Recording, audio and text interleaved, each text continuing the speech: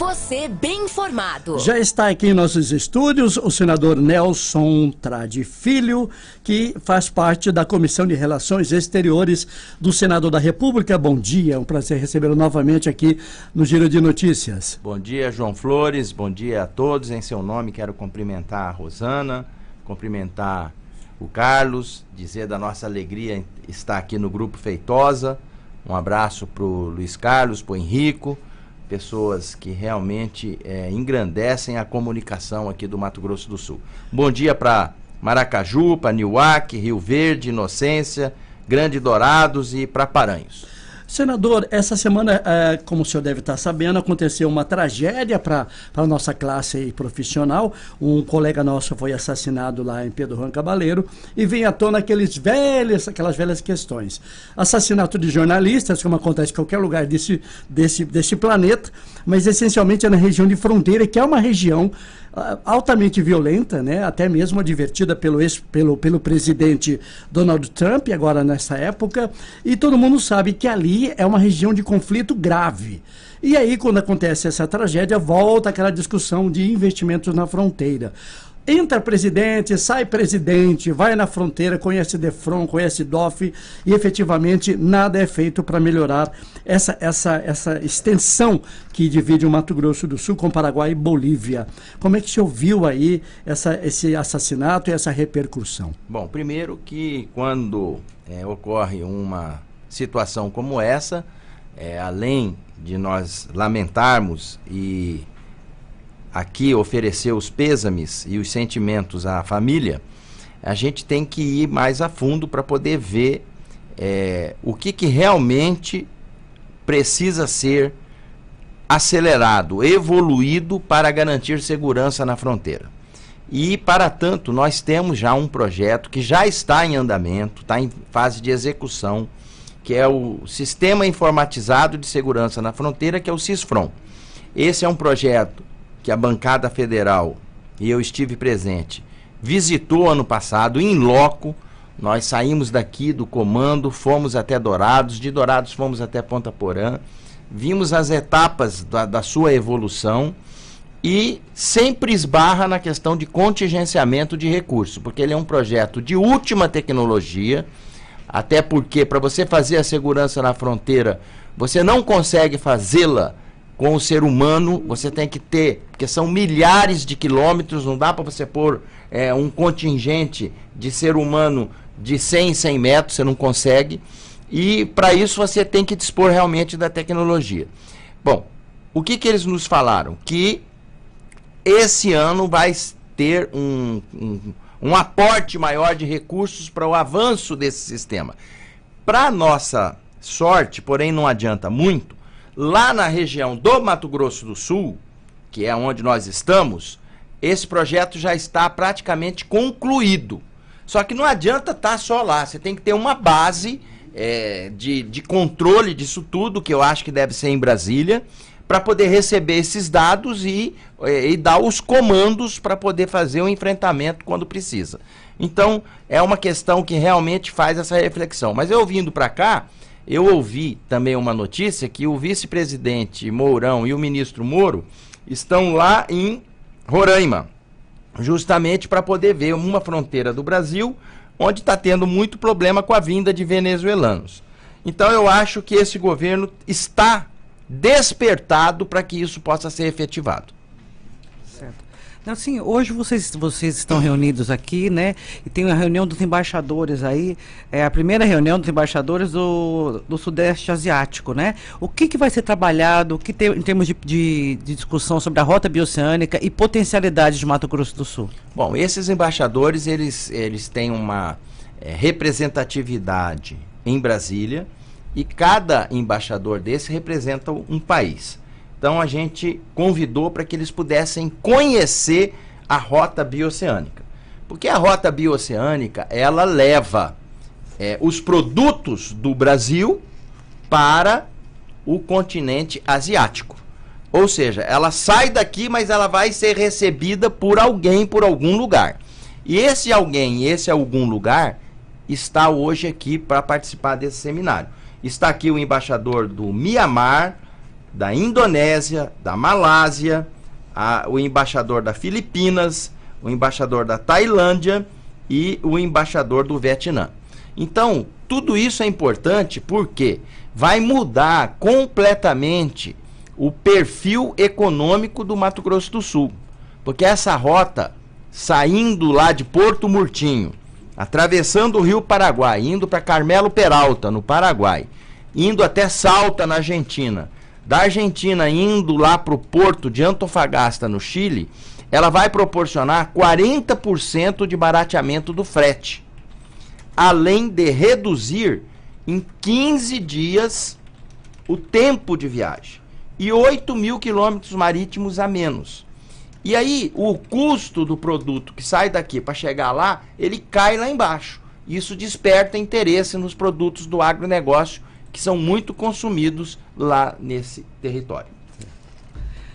O senhor participou agora da reunião do Parlasul, né? O que isso traz de benefícios para o Mato Grosso do Sul? Bom, o Parlasul, ele é composto por países que fazem parte, na grande maioria, do Mercosul. Então lá nós temos os paraguaios, nós temos os argentinos, nós temos os uruguaios, nós temos os bolivianos, nós temos os venezuelanos e temos os brasileiros. Então, nós estamos aí de frente a um provável acordo a ser concretizado de livre comércio. O que quer dizer isso? Vai facilitar a tramitação dos produtos brasileiros, que faz parte do Mercosul, com a União Europeia. Então, é muito importante que a gente se articule o máximo possível para que isso não venha a ser deixado de escanteio e que no mais rápido espaço de tempo ele possa ser concretizado.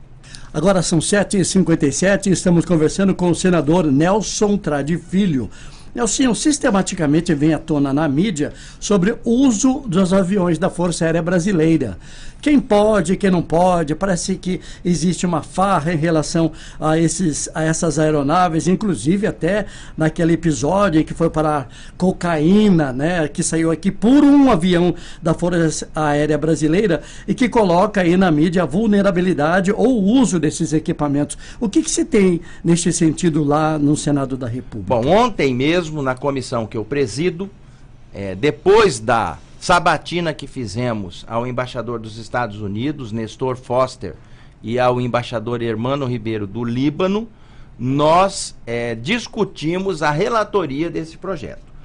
O que ela diz? Ela vai tornar mais transparente o uso da aeronave, ela vai priorizar essas, porque são, vamos dizer, são 6 aeronaves, é um exemplo, né? Não sei se é esse o número exato. São 6 aeronaves para todos os ministros usarem, para o vice-presidente usar e para o presidente da Câmara e do Senado usar. E o presidente também do Supremo. Qual é a prioridade para o uso dessas aeronaves?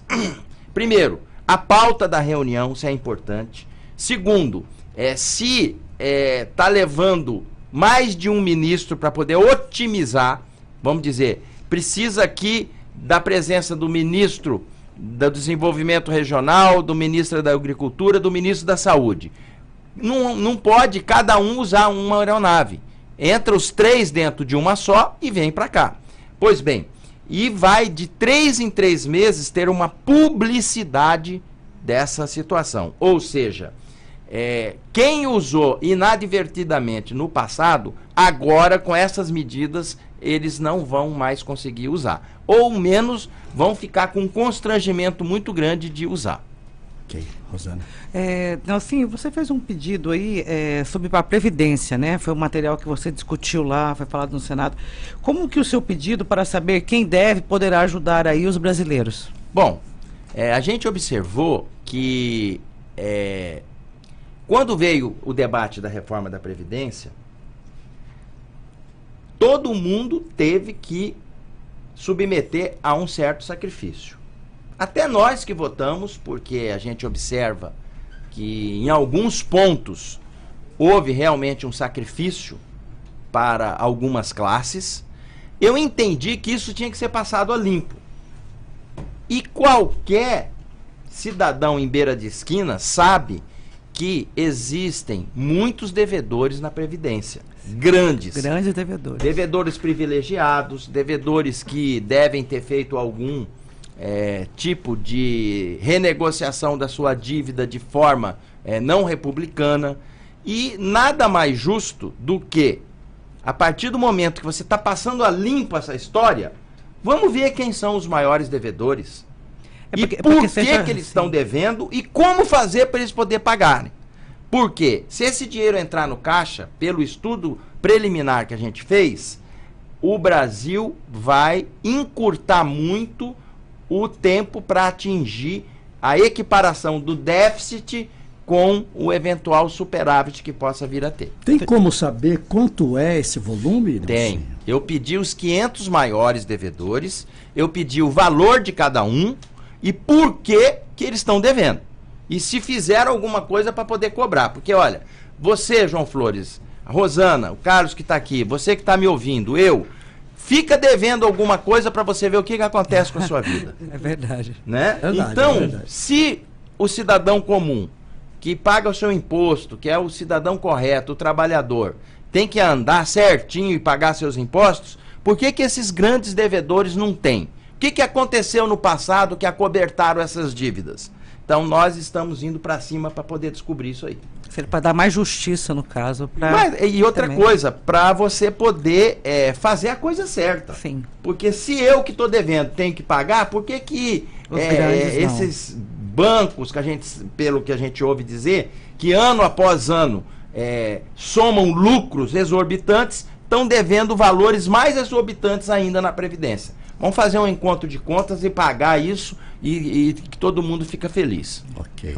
Nelsinho, está chegando hoje o 4º voo com brasileiros deportados dos Estados Unidos, que estão sendo, claro, trazidos para cá por uma questão de cumprimento da lei americana. O presidente Bolsonaro, ele isentou de visto de americanos que podem entrar aqui a qualquer hora. E nós estamos aí vendo um tratamento não muito parecido com relação aos brasileiros nesse tratado diplomático entre Brasil e Estados Unidos. Como é que você acha que isso vai acabar? Bom, primeiro que você tem que ver que algumas medidas que estão sendo tomadas lá nos Estados Unidos, elas estão em função de um momento eleitoral. É bom que se esclareça isso. A você, ouvinte, Estados Unidos estão passando por uma eleição. Em novembro vai ser decidido quem vai ser o presidente dos Estados Unidos. Então, essa situação, muita dessas ações, elas estão sendo feitas por eleitorado norte-americano.